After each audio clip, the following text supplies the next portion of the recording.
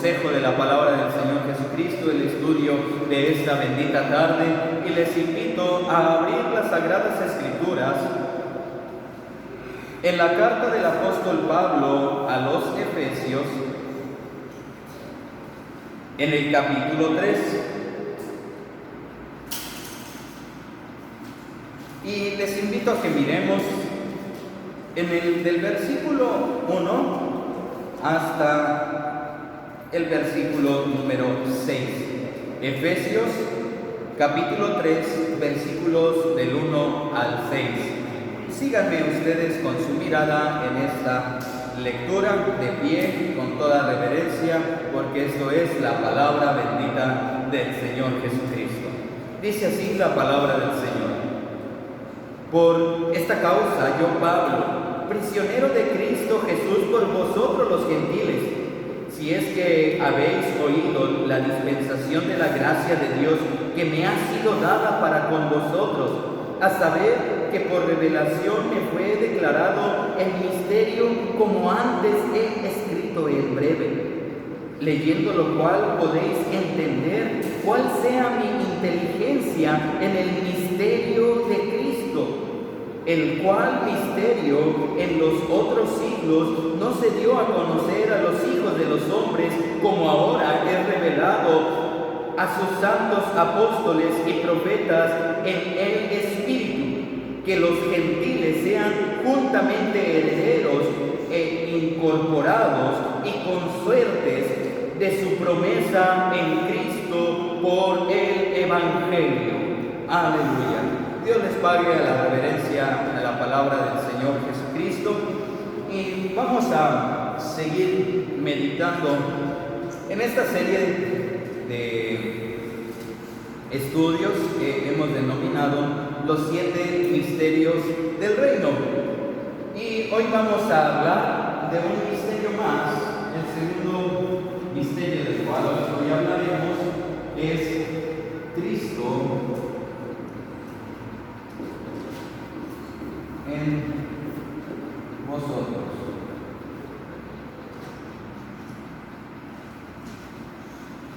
Es más, vamos a cambiarle vosotros y lo vamos a dejar como nosotros. Cristo en nosotros, con la ayuda del Señor Jesucristo. Bueno, miren,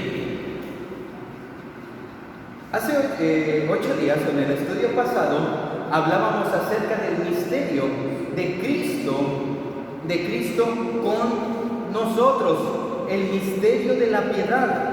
Y hablábamos acerca del misterio de la piedad, de cómo Cristo, ese misterio está directamente relacionado, o en traducciones, la presencia de Cristo en la tierra en una manera corpórea.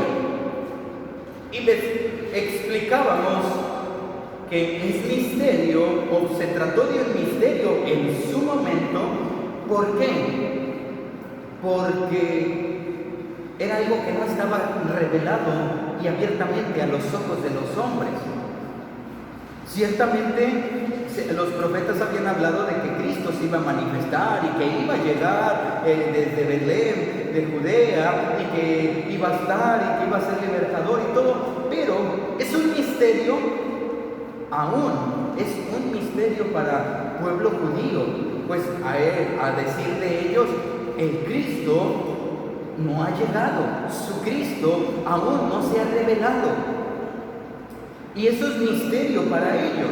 Eso por una parte está el misterio de los que creen que Cristo no ha llegado, pero por otro lado están los que creen que es en el misterio en el que dicen es que Cristo no fue Jesús, pero no fue Jesús Dios, sino fue alguien más que estaba en ese cuerpo, era un hombre, era otra persona, y no fue Cristo, no fue Dios el que tomó el cuerpo de Jesús, o que era Jesús era Dios, sino dicen, era alguien más. Y es ahí donde están esas dos corrientes principales, en donde el misterio aún cautiva mentes como estas, con estos pensamientos. Pero el misterio de la piedad es de que para los que esto no ha sido encubierto y que Dios nos ha revelado. ¿En qué consiste este misterio? Es que Cristo, Dios, ese verbo se hizo carne y habitó entre nosotros. Y eso, lo que para muchos sigue siendo un misterio y lo que para muchos fue un misterio en la antigüedad, para nosotros ahora ha sido revelado. Pero hay un misterio más, que es Cristo en, y quiero subrayar esto, en.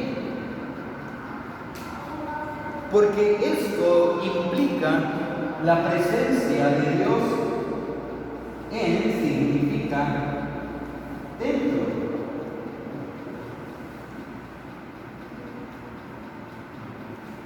Y eso viene a ser algo revelador en el misterio de cómo va a ser Cristo dentro de alguien.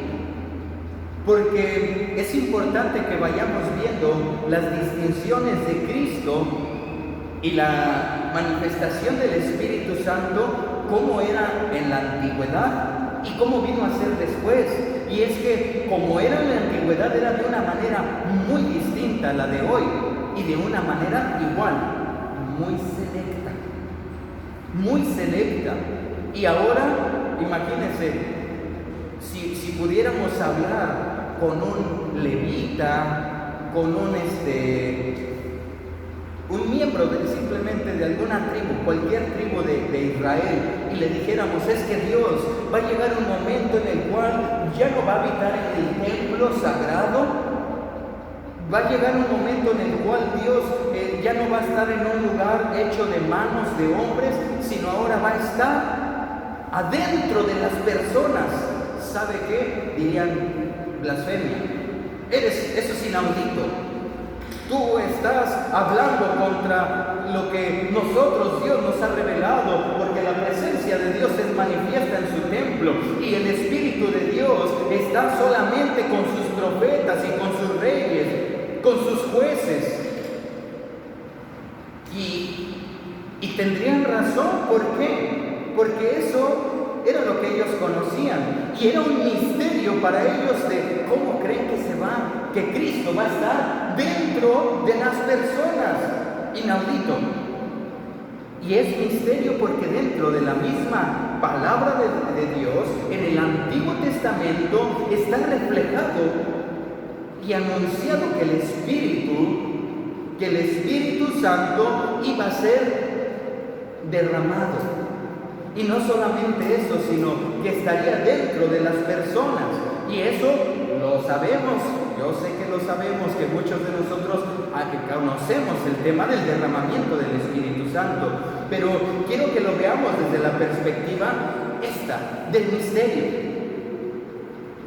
El apóstol Pablo, cuando escribe a los Efesios,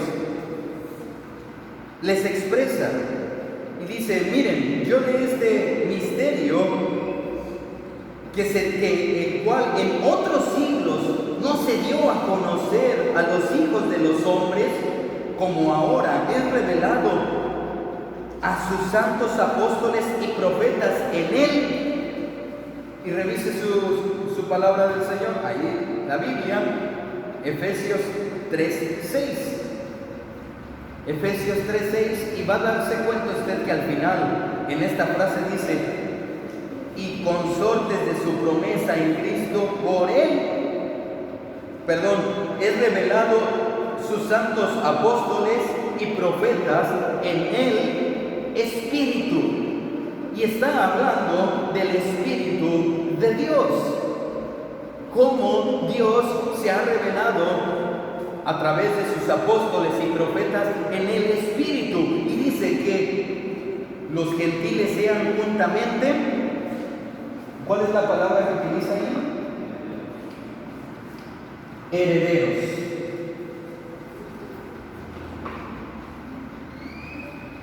Los herederos.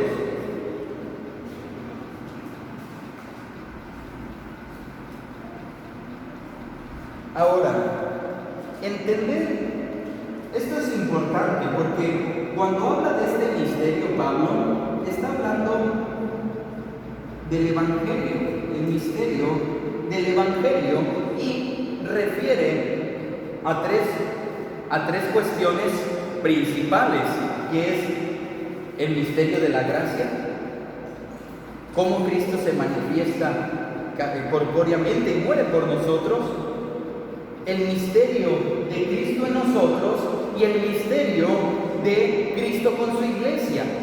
Son dentro de esas tres cosas de lo que está hablando Pablo cuando habla del misterio del Evangelio. Pero dentro del misterio del Evangelio decimos que habla de Cristo en nosotros al hacer referencia directa de la herencia de los hijos, que nos ha hecho hijos y por lo tanto herederos de su gracia. Cuando dice herederos, tenemos que irnos un poquito más atrás en esta carta. Vayamos ahí mismo, Efesios capítulo 1, versículo 14.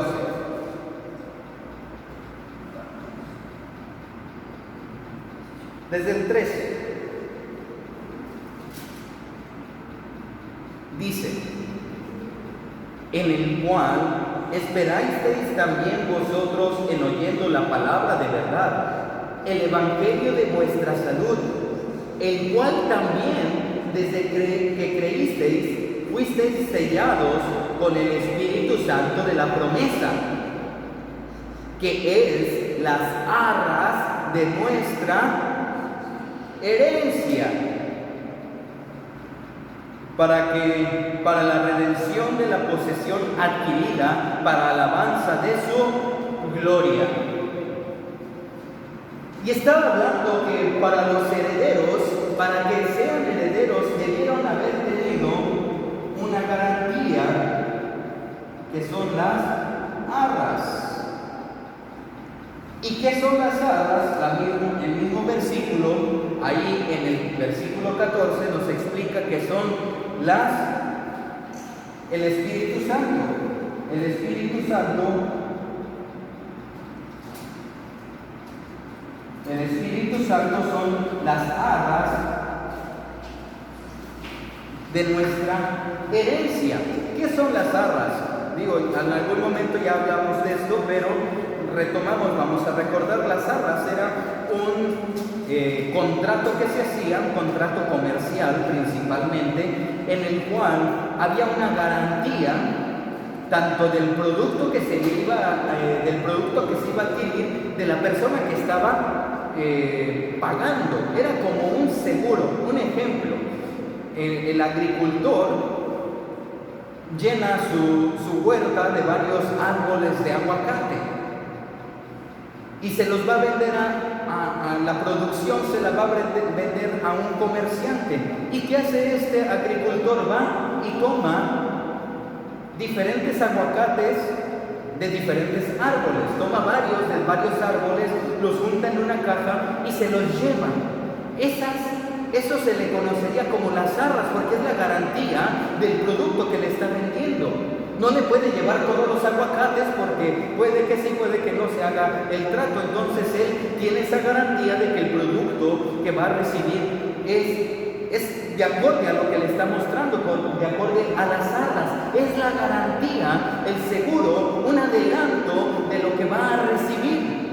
Y cuando dice la palabra del Señor que el Espíritu Santo son las arras de nuestra herencia, ¿y cuál es nuestra herencia? No es otra cosa sino la posesión de un lugar que es celestial, donde ¿quién es nuestro todo? Jesucristo, donde no habrá sol, donde no habrá luna, donde no habrá fatiga, donde toda lágrima será secada. Ese lugar es la herencia que tendremos, y como garantía y como un adelanto, una muestra, escuche bien, una muestra de lo que vamos a recibir es el Espíritu Santo. Son nuestras arras. Y lo que decía el apóstol Pablo, ahí volviendo adelante, en el versículo 3, en el capítulo 3, perdón, en el versículo 5 y 6, dice: el cual misterio en los otros siglos no se dio a conocer a los hijos de los hombres, como ahora es revelado a sus santos apóstoles y profetas en el Espíritu, que los gentiles sean juntamente herederos e incorporados y consortes de la promesa en Cristo por el Evangelio. Y está ahí hablando de las arras, de la herencia, de los herederos. Y especifica lo que por mucho tiempo fue un misterio. Un misterio. Y miren, es un misterio completamente aún para el pueblo de Israel, porque las promesas que Dios hace a Israel siempre son promesas físicas, tangibles. Ejemplo rápido, el Señor que promete cielos nuevos, tierra nueva, ¿en dónde? En este plano. Pero ¿qué promete a su iglesia? El paraíso, un lugar celestial. Las promesas para la iglesia siempre son espirituales y las promesas para el pueblo de Israel siempre son físicas, materiales. Y es aquí donde entra ese misterio, algo que no está revelado para ellos. Esa falta de decir, es algo incomprensible. ¿Por qué? Porque es un misterio, es algo que no pueden descifrar. Ahora, quiero hacer aquí un paréntesis, solamente un paréntesis, porque acabamos de leer ahí en Efesios capítulo 13. Capítulo 1, versículo 13, en el cual, escuchen repito lo que dice: el evangelio de vuestra salud, el cual también, desde que creísteis, fuisteis sellados con el Espíritu Santo de la promesa. ¿A qué se debe este paréntesis? Bueno, yo quiero que nada más aclaremos algo. Hay doctrinas muchas, muy variadas referente al Espíritu Santo, y dentro de estas están las doctrinas de la Trinidad, las doctrinas de la manifestación del Espíritu Santo, doctrinas que hablan aún de la llenura del Espíritu Santo y de la recepción del Espíritu Santo. Y una de estas doctrinas indica que cuando una persona cree, en ese momento es llena del Espíritu Santo, y su punta de lanza es este versículo que acabamos de leer a los Efesios capítulo 1 versículo 13, donde dice: desde que creísteis fuisteis sellados con el Espíritu Santo de la promesa. Entonces, ya nada más para aclararlo, veamos rápidamente Hechos de los Apóstoles capítulo 19.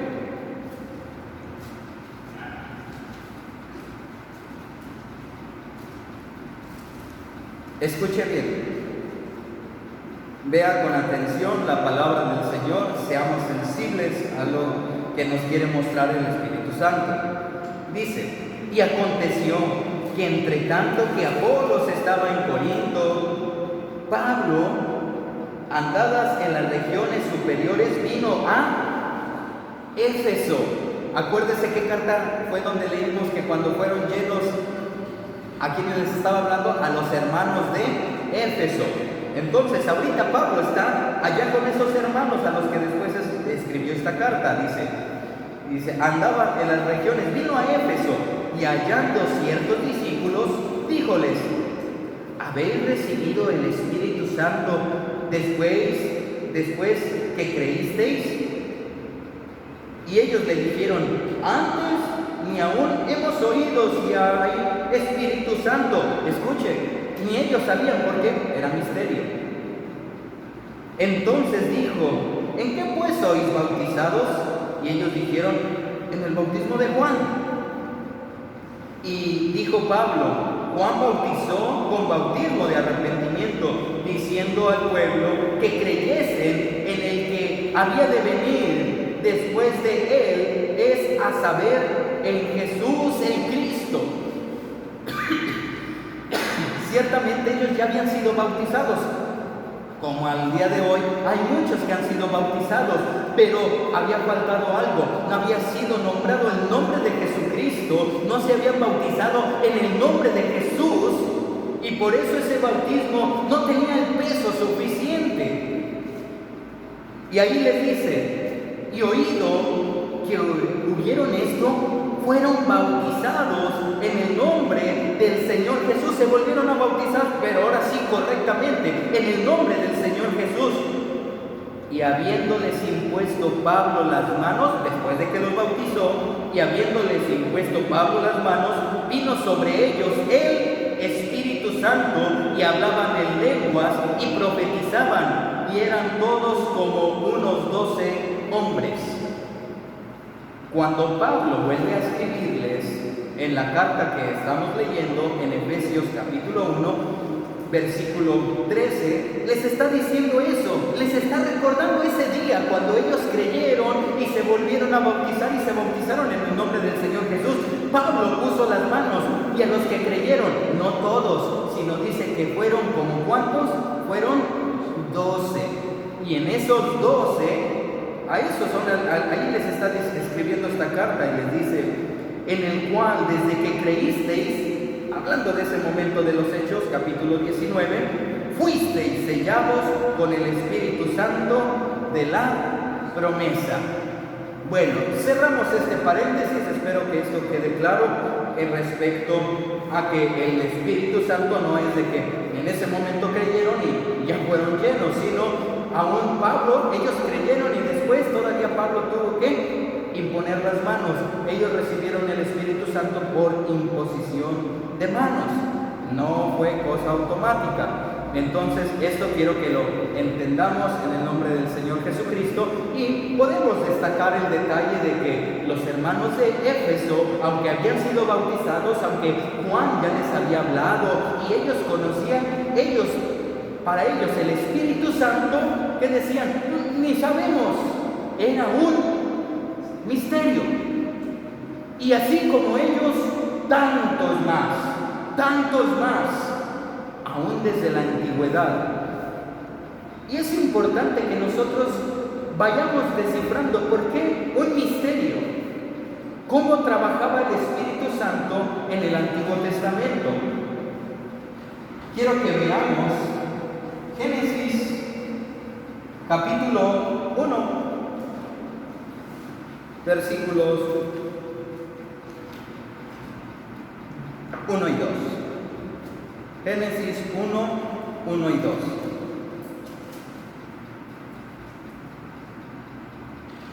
Dice la palabra bendita de Dios: en el principio creó Dios los cielos y la tierra estaba desordenada y vacía, y las tinieblas estaban sobre la haz del abismo, y el Espíritu de Dios se movía sobre la haz de las aguas. El Espíritu de Dios se movía sobre la haz de las aguas. La palabra Espíritu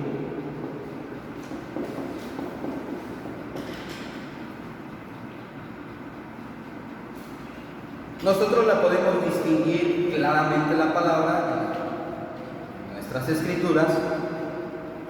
Lo voy a poner de manera transliterada, pero esta misma palabra en su original en el hebreo, recordemos que la Biblia fue escrita en su mayor parte en el Antiguo Testamento en hebreo, algunas pequeñas porciones en arameo, y el Nuevo Testamento se escribió en su mayor parte en griego, y algunas palabras, algunas frases arameas y otras hebreas, pero en su mayor parte es griego, y en el Antiguo Testamento su mayor parte es hebreo.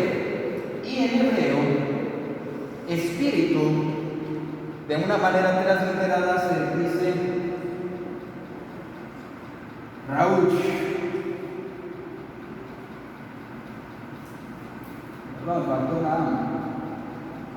Rauch. Esa es la manera en que en la Biblia encontramos la palabra Rauch. Y Rauch significa, claro, primero espíritu, significa aliento, soplo, viento.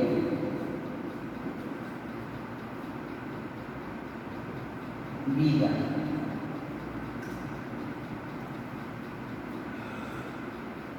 Incluso en diferentes porciones de la palabra de Dios vamos a encontrar que utiliza estas acepciones, estas formas de la palabra de Dios. ¿Qué pasa en este lado? Para que puedan apreciar. Estas palabras se traducen incluso en otras partes de las Sagradas Escrituras. La palabra espíritu, pero cuando aparece Rauch, hay porciones de la palabra de Dios que mencionan aliento, soplo, viento, vida. Cuando dice que Dios, cuando crió a Adán y dio soplo, está diciendo que dio Rauch, dio un espíritu, dio vida. ¿A quién? A Adán. Y es ahí en donde todas estas palabras siempre están relacionadas íntimamente con la palabra, con el concepto de energía, poder. Y es que es eso, cuando hablamos de que el Espíritu de Dios se manifiesta, no podemos despegar nuestra mente ese poder, esa energía, todo de lo que es Dios. Dios, por una forma en la que nosotros conocemos, que lo conceptualizamos, es que Dios es omnipotente, que todo lo puede. ¿Por qué? Simplemente Dios es espíritu. Y cuando vemos en el Antiguo Testamento que habla de Rauch, siempre está íntimamente relacionado con esto. Cuando vemos la tierra, dice que ese poder, esa energía, ese soplo se movía sobre la haz de las aguas. Se puede comprender que la tierra estaba llena de agua. Y el Espíritu de Dios, por vigilante, se manifestaba y se movía sobre la haz de las aguas. Y una porción de este poder, de este aliento, de esta energía, fue entregada al hombre en ese aliento. Por eso cuando vemos en Eclesiastés, menciona y dice, cuando el hombre muere, dice, su espíritu vuelve a Dios, que lo dio, ese soplo, vuelve a Él, que lo dio. ¿Y qué pasa cuando alguien muere? Si termina ese último aliento, ya no hay energía, ya no hay vida, ya no hay vitalidad, ya no hay soplo en su nariz. Termina ahí, porque esa fue la función cuando Dios hizo al hombre, lo hizo tripartita: alma, cuerpo y espíritu. Y lo último que formó, que dio el Señor en ese momento al soplar, fue el Rauch. Y lo vemos que cuando habla de esa fuerza plena de la pureza de lo que es Dios, del poder de Dios, de la energía de Dios, de la potencia, de la sabiduría, de la riqueza explícita, plena y pura, santa y manifiesta de lo que es Dios. Dios es espíritu. Tiende en el Antiguo Testamento a manifestarse de una manera sobresaliente, para tomar acciones sobresalientes sobre diferentes personajes. El primero de ellos, no vamos a buscar todos los versículos para no extendernos, pero si usted está anotando, los puede buscar con un poquito más de calma después de que concluyamos este estudio. Dentro dentro de los personajes y donde vamos viendo la primera manifestación en donde nos habla de que el Espíritu de Dios era con alguien, lo tenemos en Génesis 41:38. ¿Con quién? José, el soñador. Después, más adelante podemos encontrar en Éxodo 31:3 a Bezaleel. Bezaleel fue, dice la palabra de Dios, que el Espíritu de Dios fue sobre él y fue lleno. ¿Para qué? Porque él sería el encargado de hacer los instrumentos santos para el templo. El Espíritu de Dios iba a habitar en él de una manera creativa, creadora. Le iba a dar inteligencia para la labor, para la profesión que él iba a tomar en ese momento, que era la orfebrería, la carpintería, obra de metal. Todo esto lo iba a hacer con una creatividad que solo Dios tiene. Y para esto le llenó del Espíritu, le dio del Espíritu. Éxodo 31:3.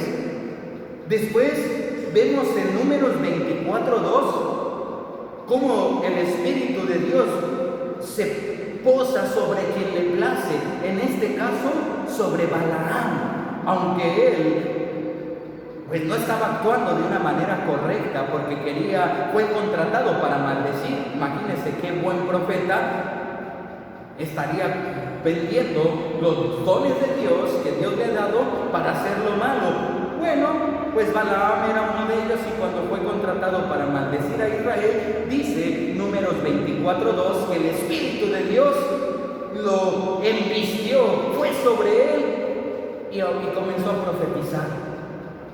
Vemos a Saúl como Dios, el primero de Samuel, capítulo 11, versículo 6, primero de Samuel 11:6, Saúl dice que el Espíritu de Dios fue sobre él. ¿Para qué? Para profetizar. Y después vemos en primero de Samuel 11, perdón, ya confundí aquí la porción.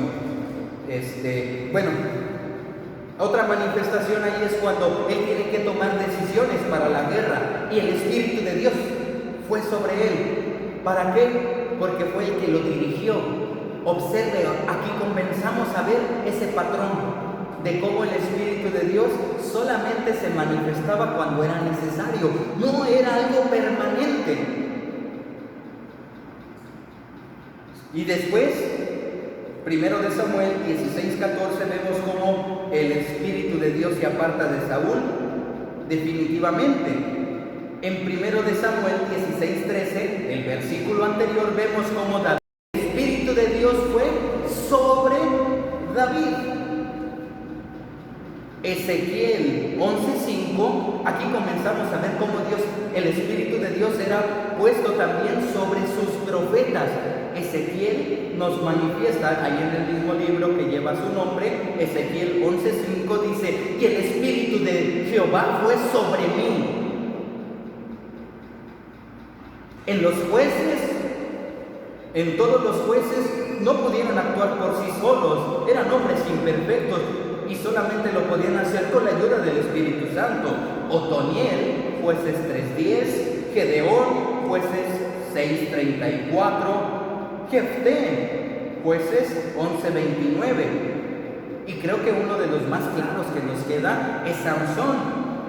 Y aquí podemos ver con Samsón con claridad lo que les decía. El Espíritu Santo no habitaba dentro de los individuos, no se quedaba y residía allí, sino el Espíritu Santo actuaba de manera intermitente cuando fuera necesario. En Samsón, lo podemos ver en el libro de Jueces, capítulo 13:25. Y luego vemos cómo se vuelve a manifestar el Espíritu de Dios y dice, y le embistió el Espíritu de Dios. Jueces, 14:6, 14:19 y 15:14. Y vemos que cada una de estas veces, solamente cuando actuaba, cuando el Espíritu de Dios era sobre Sansón, él podía actuar y tenía esa fuerza inminente. ¿No cree usted que Sansón era un hombre siempre fuerte? Que en cualquier momento él estaba dotado de una superfuerza. No, esa fuerza sobrenatural, esa energía, ese poder se manifestaba únicamente cuando el rauch de Dios era sobre él. Y fíjese en esta frase, hay dos maneras cuando habla de la manifestación del poder de Dios sobre las personas. Una, sobre él, o decía el Espíritu de Dios lo invistió, o sea, de golpe, llegaba allí. Pero no vemos la frase de decir que el Espíritu de Dios era dentro de ellos, en ellos. Siempre decía sobre. Y el Espíritu de Dios fue sobre mí. E inclusive en el Nuevo Testamento, antes del derramamiento del Espíritu Santo, podemos ver cuando Jesús fue presentado en el templo,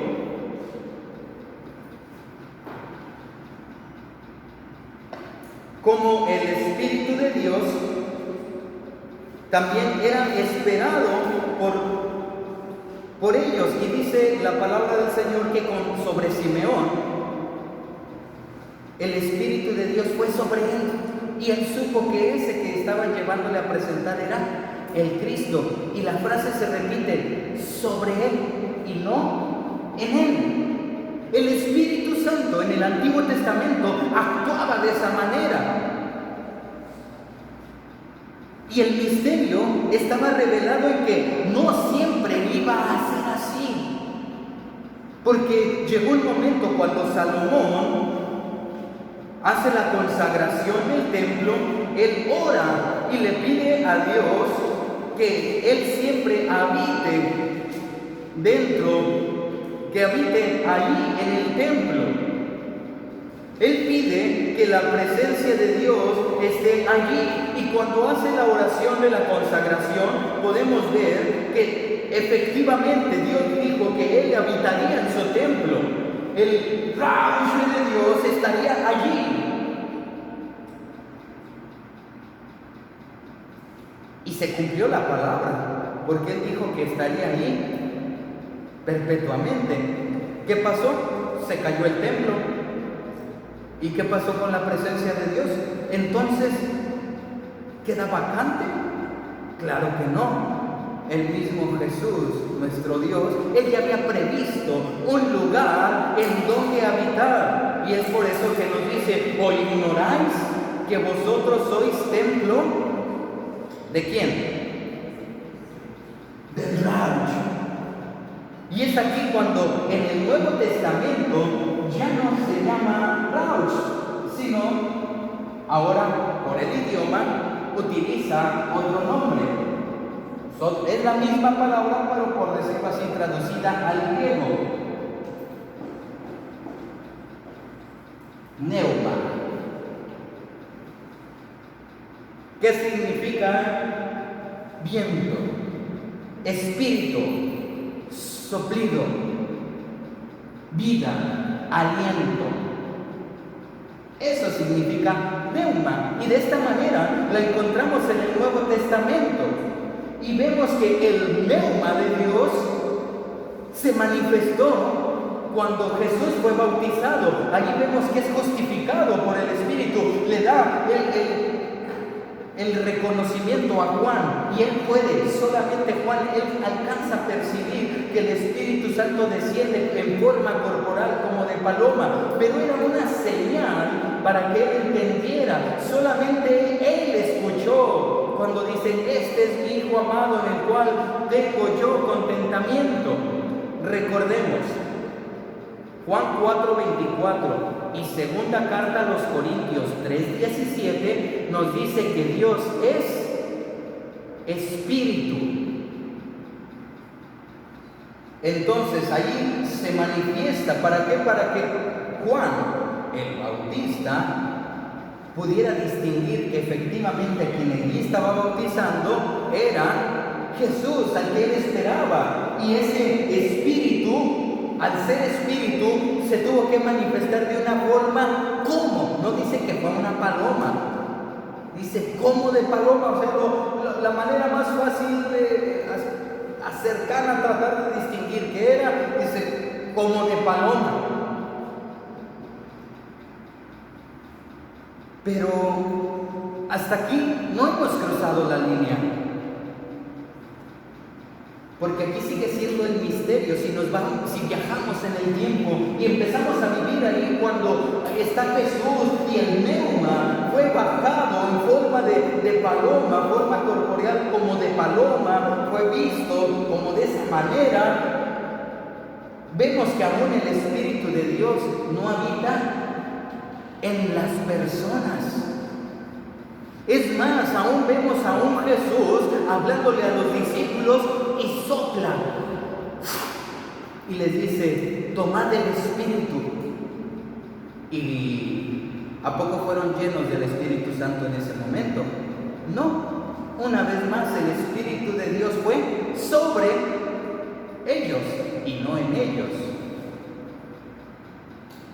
Es que esto seguía siendo un misterio, y para entenderlo vamos a ver algunos versículos de la palabra de Dios. Les pido que me ayuden. Isaías, capítulo 32, versículo número 15.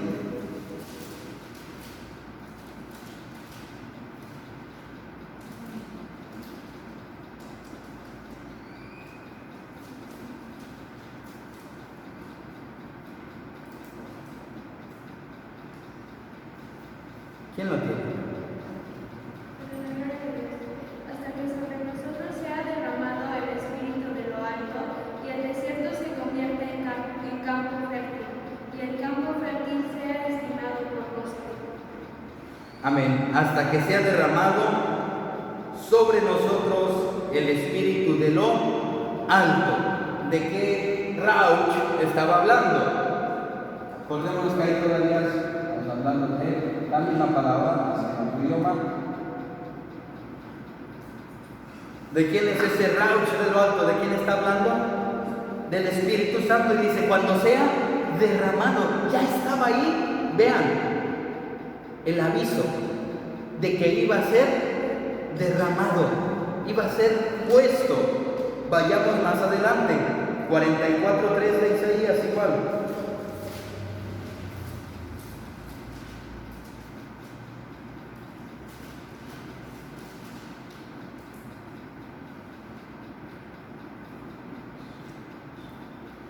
Dice: porque yo derramaré agua sobre el secadal y ríos sobre la tierra árida. Mi espíritu derramaré sobre tu generación y mi bendición sobre tus renuevos, y brotarán entre hierba como sauces junto a las riberas de las aguas. Vean el aviso, ahí sigue, Isaías 59:19.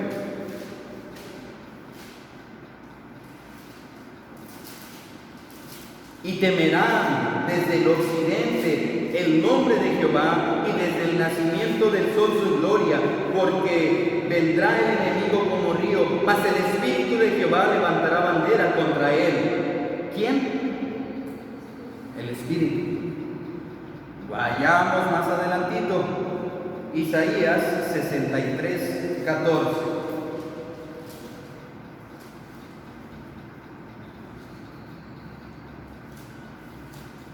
El Espíritu de Jehová los pastoreó, como a una bestia que desciende del valle. Así pastoreaste tu pueblo para hacerte nombre glorioso. Pero vayamos ahora a Ezequiel, capítulo 37, versículo 9.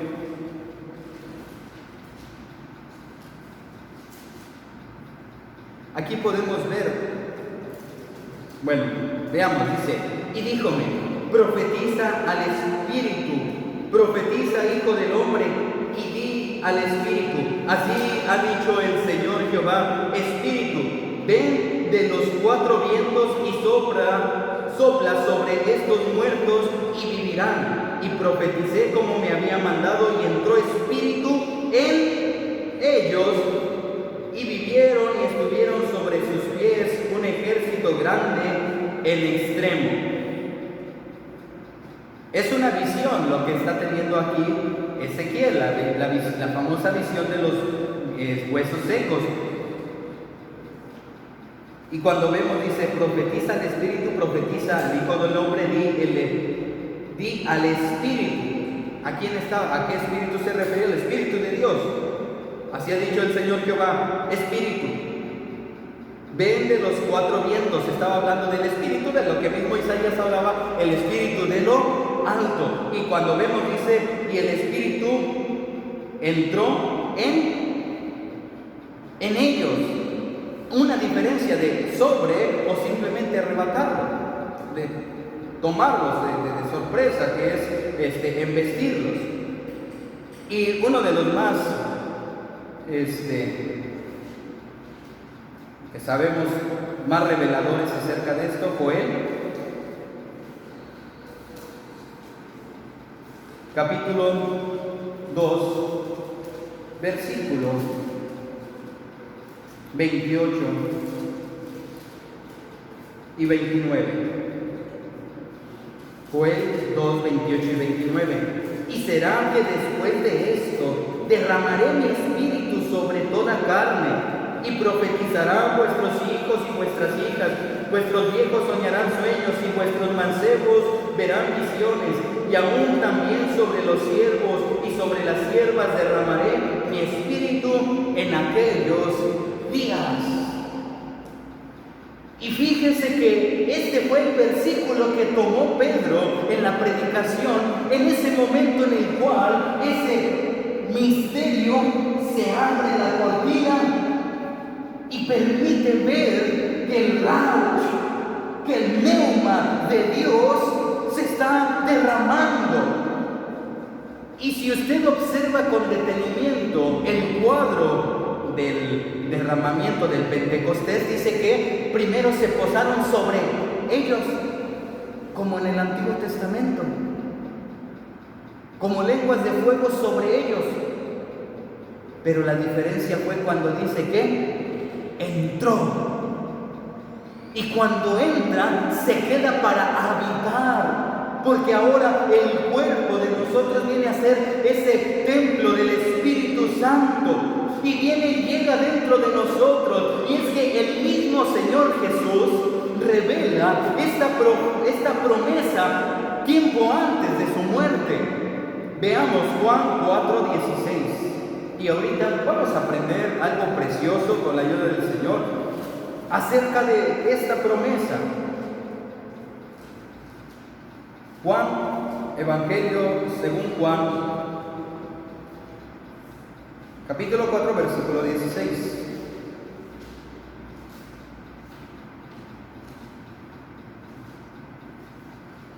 Dice la palabra del Señor: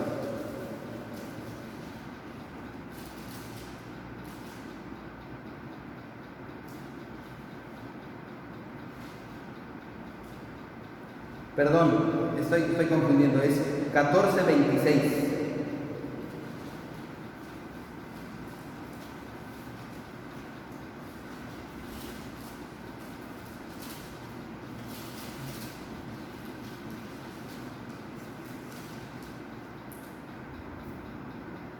Dice, primero veamos el versículo 16, 14:16. Dice: y yo rogaré al Padre, y os dará otro consolador para que esté con vosotros para siempre. Y el versículo 26 aclara: mas el consolador, el Espíritu Santo, al cual el Padre enviará en mi nombre, Él os enseñará todas las cosas y os recordará todas las cosas que os he dicho.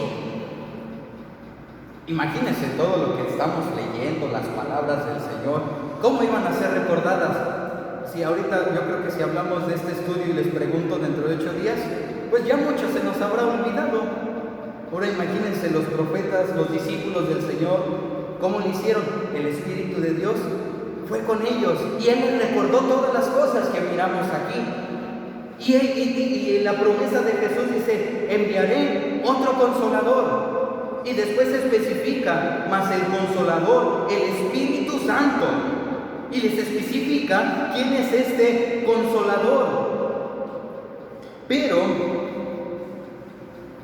aquí quiero que entendamos una cosa.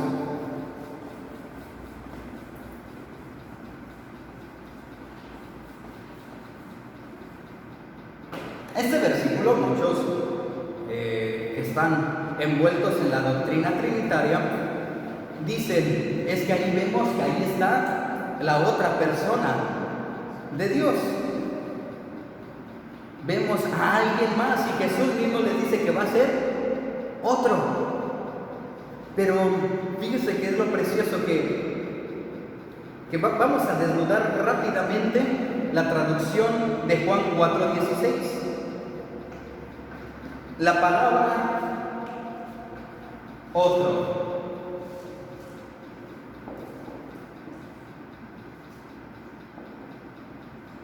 La palabra otro.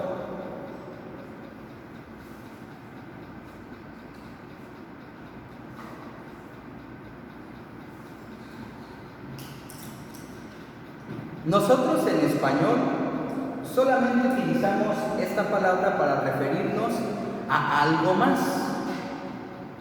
Así nosotros en español utilizamos, por ejemplo, hablemos, los plumones. Tengo el plumón rojo y el negro, es decir, tengo otro. Y acá tengo uno verde y uno azul, entonces es este, el otro y el otro. Ahora pensemos en decir, imaginemos que tengo dos plumones que son exactamente iguales. Diríamos que tengo este plumón y tengo uno exactamente igual y este es otro plumón, pero son iguales. Entonces, cuando yo en español digo que tengo otro, si quiero saber si es igual, ¿qué tengo que preguntar? ¿Eso es igual? ¿Es diferente? ¿Es el mismo? ¿Es de otra marca? Tengo que preguntar si es otro. Y miren, en griego habían dos palabras que se utilizaban para mencionar, para decir otro. Una de ellas se escribe ayos y se dice alos.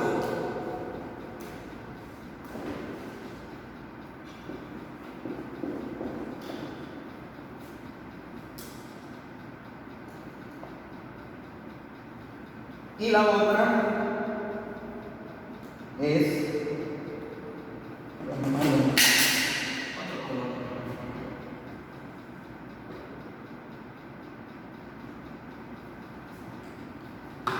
en otro color. Y la otra es hetero. Estas dos palabras al español se traducen como otro, pero en griego son palabras que se distinguen, porque una habla de que si tengo otro pero igual, o sea, de lo mismo, y la otra dice que si tengo algo otro pero diferente. Un ejemplo, por ejemplo, hemos escuchado la palabra heterosexual. Heterosexual.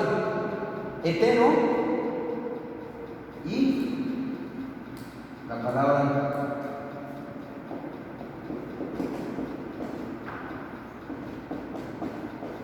que significa otro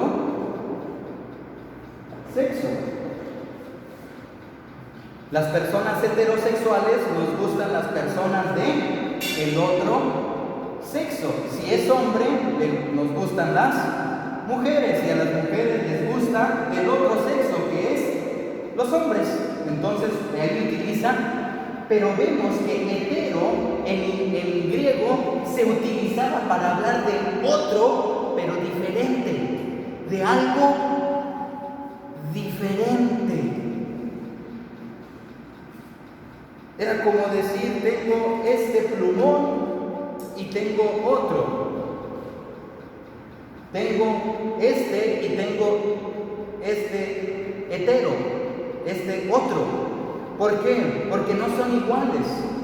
Los dos son plumones, pero este es verde y es de una marca, y este es negro y este no tiene ni siquiera una marca aquí anotada ya. Pero tengo hetero, plumón. Y cuando dice en griego alos o ayos, está diciendo otro, pero que son exactamente iguales. Y cuando Jesús habla y dice, enviaré otro consolador, está diciendo, enviaré ayos consolador, es decir, alguien igual. Otro paracletos, otro ayudador, otro que va a consolar. Jesús ayudaba, Jesús consolaba. Y cuando dice, enviaré ese otro, ¿y quién es ese otro que es igual? El Espíritu Santo. Está hablando de Él mismo.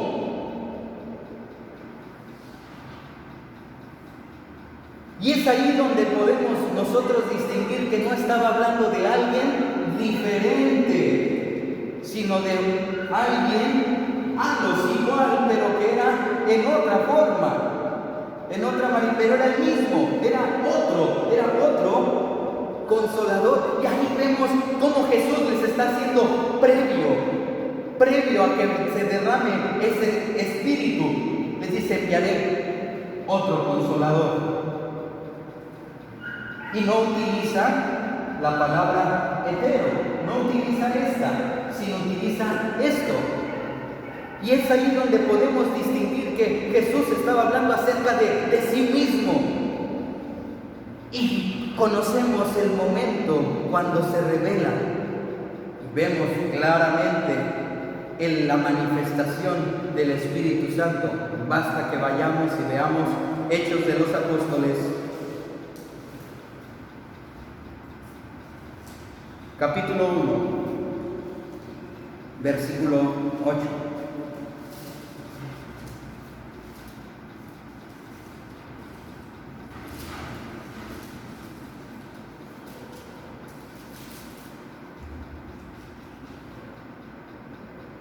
Dice, mas recibiréis la virtud del Espíritu Santo, que vendrá sobre vosotros, y me seréis testigos en Jerusalén, en Judea y Samaria y hasta lo último de la tierra.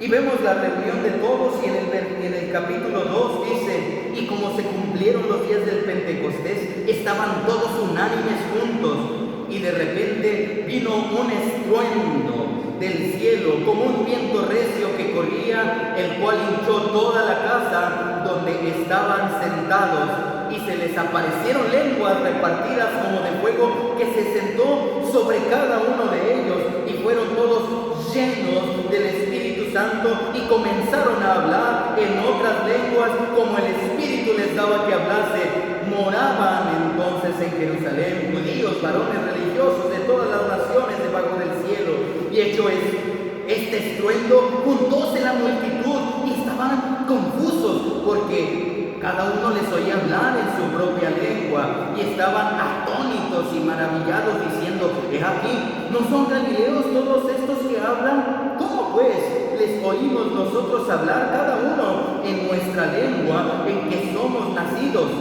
Partos y medos y elamitas, y los que habitamos en Mesopotamia, en Judea, en Capadocia, en Ponto y en Asia, en Frigia, en Panfilia, en Egipto y en las partes de África que están de la otra parte del Cirineo, y los romanos extranjeros, tanto judíos como convertidos. cretenses y árabes les oímos hablar en nuestra lengua las maravillas de Dios.